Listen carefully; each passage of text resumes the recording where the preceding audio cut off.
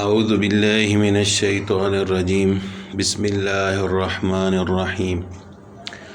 سورۃ الاحزاب یہ مدنی صورت ہے، اس کی 73 آیتیں ہیں اور 9 رکوع ہیں۔ یا ایھا النبی اتق اللہ، اے نبی صلی اللہ علیہ وسلم اللہ تعالیٰ سے ڈرو، ولا تطع الکافرین والمنافقین، اور کافروں اور منافقین کی اطاعت نہ کرو، ان کا کہا مت مانو۔ ان اللہ کان علیما حکیما، بے شک اللہ تعالیٰ سب کچھ جاننے والا اور حکمتوں والا ہے۔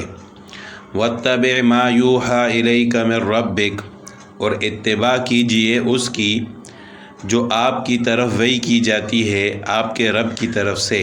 ان اللہ کان بما تعملون خبیرا، بے شک اللہ تعالیٰ آپ کے کاموں سے باخبر ہے۔ وتوکل علی اللہ، اور اللہ تعالیٰ کی ذات پر بھروسہ رکھیں۔ وکفیٰ باللہ وکیلا، اور اللہ کافی ہے کام بنانے والا۔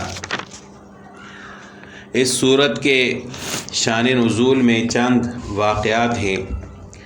ایک واقعہ یہ ہے کہ رسول اللہ صلی اللہ علیہ وسلم جب ہجرت کر کے مدینہ طیبہ میں تشریف فرما ہوئے تو رسول اللہ صلی اللہ علیہ وسلم نے اس کو غنیمت سمجھا کہ کچھ لوگ مسلمان ہو جائیں تو دوسروں کو دعوت دینا آسان ہو جائے گا، اس لیے آپ صلی اللہ علیہ وسلم ان کا خاص خیال رکھتے تھے اور ان کی عزت بھی کرتے تھے۔ ان سے کوئی غلطی ہو جائے تو دینی مصلحت سمجھ کر اس کو معاف بھی کر دیتے تھے، چشم پوشی فرما دیتے تھے۔ تو اس پر سورہ احزاب کی یہ ابتدائی آیات نازل ہوئیں۔ اس کے علاوہ 2 واقعات اور بھی ہیں۔ تو اللہ تعالیٰ نے فرمایا کہ اتق اللہ، اللہ سے ڈرو، لا تطع الکافرین، کافروں کا کہا نہ مانو۔ اللہ سے ڈرنے کا حکم اس لیے دیا گیا کہ ان لوگوں کو قتل کرنا عہد شکنی ہے جو حرام ہے، اور کفار کی بات نہ ماننے کا حکم اس لیے دیا کہ ان تمام واقعات میں کفار کی جو فرمائشیں ہیں وہ ماننے کے قابل نہیں ہیں۔ یا ایھا النبی اتق اللہ، یہ رسول اللہ صلی اللہ علیہ وسلم کا خاص اعزاز و اکرام ہے کہ پورے قرآن میں کہیں بھی اللہ تعالیٰ نے آپ صلی اللہ علیہ وسلم کو نام لے کر مخاطب نہیں فرمایا، جس طرح دوسرے انبیاء علیہ السلام کو مخاطب فرمایا، یا آدم ہو، یا نوح ہو، یا ابراہیم ہو، یا موسیٰ، لیکن آپ صلی اللہ علیہ وسلم کو اللہ تعالیٰ نے یا محمد کہہ کر نہیں پکارا، بلکہ آپ صلی اللہ علیہ وسلم کو لقب سے پکارا، نبی کہا یا رسول وغیرہ سے مخاطب فرمایا۔ صرف 4 جگہوں پر قرآن کریم میں آپ صلی اللہ علیہ وسلم کا نام لیا گیا ہے۔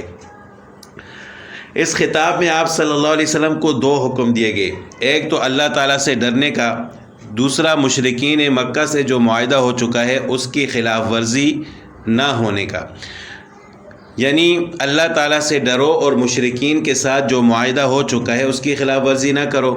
دوسرا مشرکین اور منافقین اور یہود کی بات نہ ماننے کا بھی اللہ تعالیٰ نے حکم دیا ہے۔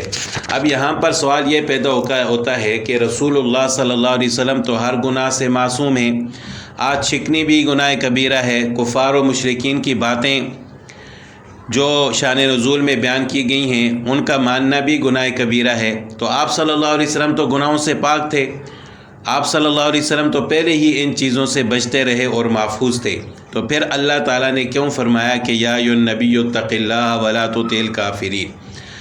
تو اس کی حکمت کی ضرورت کیا پیش آئی؟ تو روح المعانی میں ہے کہ اس سے مراد آپ صلی اللہ علیہ وسلم کو آئندہ بھی ان چیزوں پر قائم رہنے کی ہدایت دی گئی ہے، یا اس سے مراد آپ صلی اللہ علیہ وسلم کو حکم تو دیا گیا ہے لیکن یہ حکم آنے والے قیامت تک آنے والے سب مسلمانوں کے لیے ہے۔ تو اس وجہ سے اللہ تعالیٰ نے فرمایا کہ یا ایھا النبی اتق اللہ ولا تطع الکافرین۔ اب بظاہر تو حکم رسول اللہ صلی اللہ علیہ وسلم کے لیے ہے لیکن قیامت تک آنے والے مسلمانوں کو یہ حکم دیا گیا ہے۔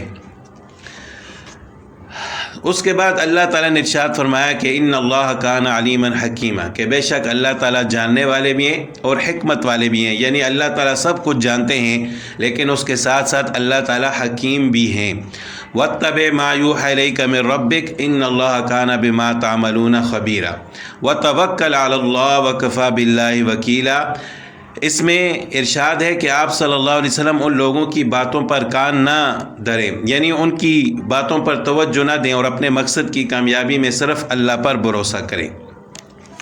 ما جعل اللہ لرجل من قلبین فی جوفی، اللہ تعالیٰ نے کسی مرد کے دل میں، کسی مرد کے پیٹ میں دو دل نہیں رکھے۔ وما جعل ازواجکم اللائی، اور نہ ہی بنایا تمہاری ان بیویوں کو، تظاہرون منہن امہاتکم، جن کو تم اپنی ماں کی پیٹھ کے ساتھ تشبیہ دے چکے ہو۔ وما جعل ادعیاءکم ابناءکم، اور نہ بنایا اللہ نے تمہارے منہ بولے بیٹوں کو تمہارے بیٹے، تمہارے بیٹے۔ ذالکم قولکم بافواہکم، یہ تمہارے منہ کی باتیں ہیں۔ واللہ یقول الحق، اور اللہ تعالیٰ حق بات کہتا ہے۔ وہو یہدی السبیل، اور وہی راستے کی ہدایت عطا فرماتا ہے۔ اب یہاں پر اللہ تعالیٰ نے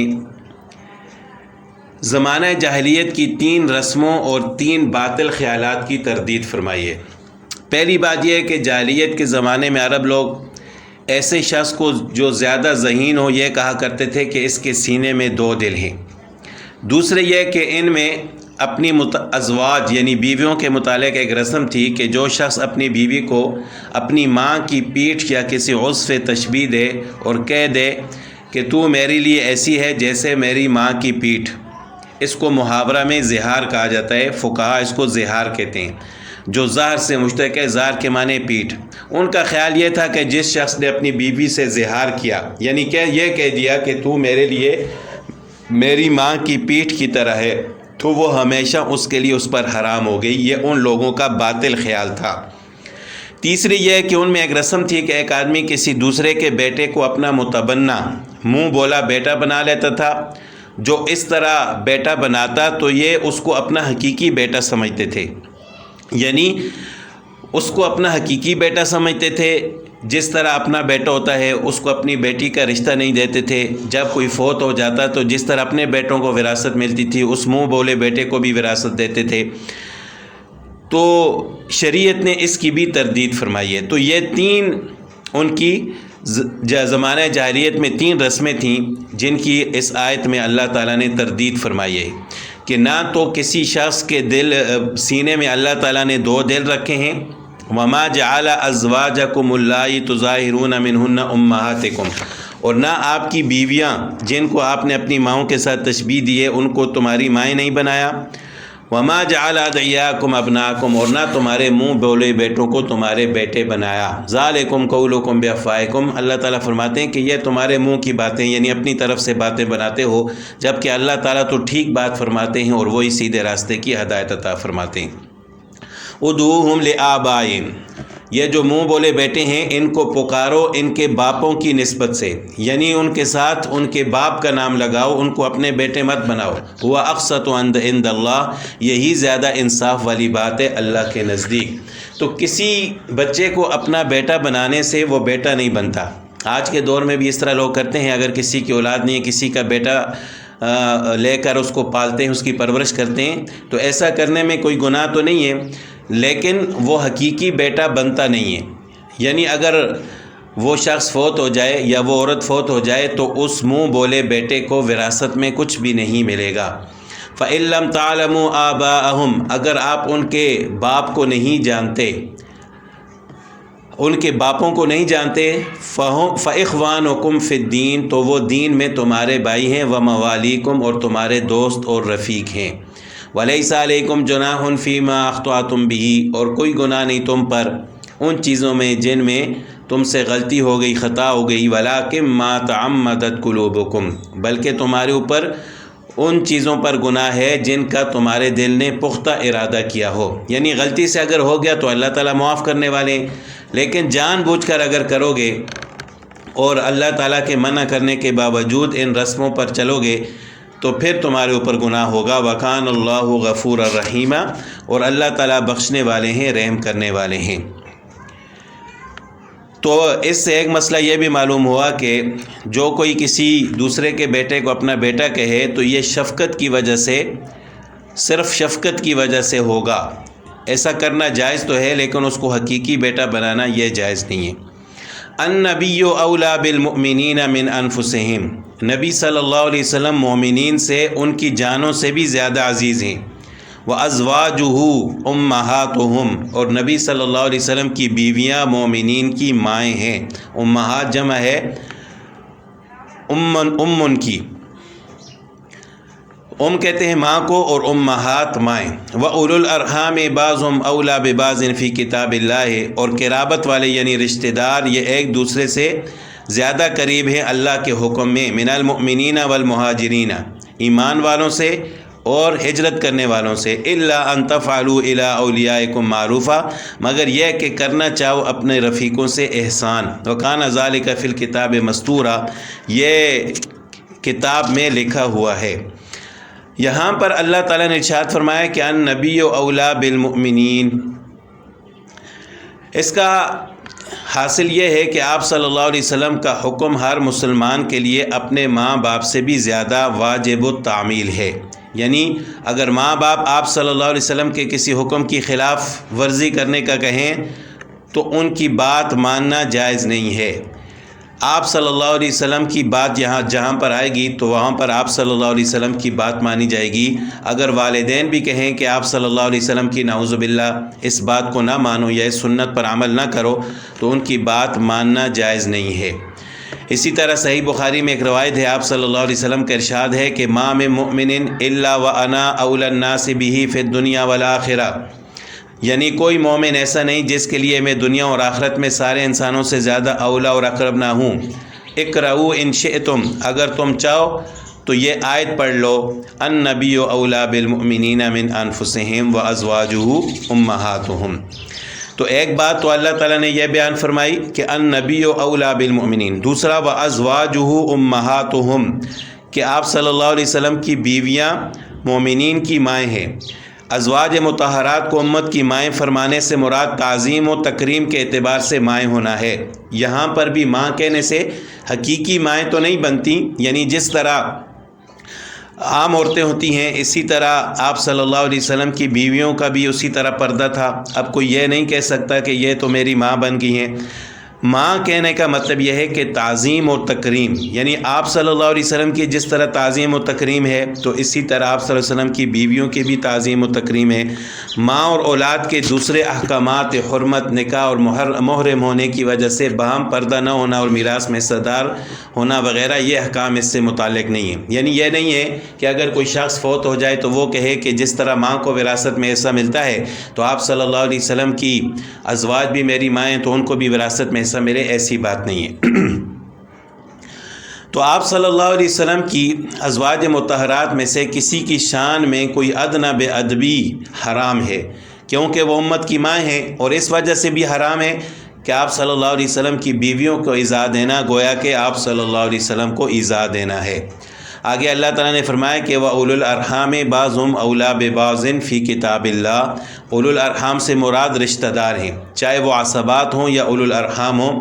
مطلب یہ ہے کہ جو رشتہ دار ہیں وہ وراثت کے زیادہ حقدار ہیں، من المؤمنین والمہاجرین، بنسبت ایمان والوں کے اور ہجرت کرنے والوں کے۔ الا ان تفعلوا الى اولیائکم معروفا، ہاں اگر آپ کی کسی کے ساتھ رشتہ داری نہیں ہے، صرف تعلق ہے، دوستی ہے، تو آپ ان کے ساتھ اچھا سلوک کر سکتے ہو، یعنی ان کو ہدیہ دے سکتے ہو، تحفہ دے سکتے ہو، یا وصیت کر سکتے ہو کہ میرے مرنے کے بعد میرے فلاں جاننے والے کو کچھ دے دینا، اس طرح کی وصیت کرنا بھی جائز ہے۔ لیکن وراثت میں صرف رشتہ دار ہی حقدار ہوتے ہیں، اس کے علاوہ باقی دوستی کی بنا پر کسی کو وراثت نہیں ملے گی۔ وَإِذْ أَخَذْنَا مِنَ النَّبِيِّينَ مِيثَاقَهُمْ، اور یاد کیجئے اس وقت کو جب ہم نے نبیوں سے ان کا اقرار، وَمِن کا اور آپ سے، وَمِن نوح اور نوح سے، وَإِبْرَاهِيمَ اور ابراہیم علیہ السلام سے، وَموسیٰ اور موسیٰ علیہ السلام سے، وَعِیسیٰ ابن مریم اور عیسیٰ علیہ السلام جو کہ ابن مریم ہیں ان سے عہد لیا، وَأَخَذْنَا مِنْهُمْ مِيثَاقًا غَلِيظًا اور لیا ہم نے ان سے پختہ عہد، غلیظاً کا معنی پختہ، لِيَسْأَلَ الصَّادِقِينَ عَنْ صِدْقِهِمْ تاکہ پوچھے اللہ سچوں سے ان کا سچ، وَأَعَدَّ لِلْكَافِرِينَ عَذَابًا أَلِيمًا اور منکروں کے لیے ہم نے دردناک عذاب تیار کر رکھا ہے۔ تو یہاں پر اس آیت سے مراد نبوت اور رسالت کے فرائض ادا کرنے اور باہم ایک دوسرے کی تصدیق اور مدد کرنے کا عہد تھا۔ حضرت قتادہ رضی اللہ تعالیٰ عنہ سے روایت ہے، اور ایک روایت میں اس عہد انبیاء میں یہ بھی شامل تھا کہ وہ سب اس کا بھی اعلان کریں کہ محمد الرسول اللہ، کہ رسول اللہ محمد صلی اللہ علیہ وسلم اللہ کے رسول ہیں، لا نبی بعدہ، محمد صلی اللہ علیہ وسلم کے بعد کوئی نبی نہیں ہے، وہ خاتم النبیین ہیں۔ اسی طرح آپ صلی اللہ علیہ وسلم نے فرمایا کہ کنت اول الناس فی الخلق، کہ یعنی میں مخلوق میں تخلیق و تکوین کے اعتبار سے سب سے پہلا ہوں، یعنی سب سے پہلے اللہ تعالیٰ نے رسول اللہ صلی اللہ علیہ وسلم کو بنایا۔ وآخرہم فی البعث، جبکہ بعثت و نبوت کے اعتبار سے میں سب سے آخر میں ہوں، یعنی سب سے پہلے اللہ تعالیٰ نے آدم علیہ السلام سے پہلے بھی رسول اللہ صلی اللہ علیہ وسلم کو بنایا تھا، لیکن بعثت آپ صلی اللہ علیہ وسلم کی سب سے آخر میں ہوئی ہے۔ تو اس میں ایک عہد یہ بھی شامل ہے کہ تمام انبیاء علیہ السلام سے یہ عہد لیا گیا کہ آپ اس چیز کا بھی اعلان کرو گے کہ رسول اللہ صلی اللہ علیہ وسلم سب سے آخری نبی ہیں اور وہ اللہ کے رسول ہیں۔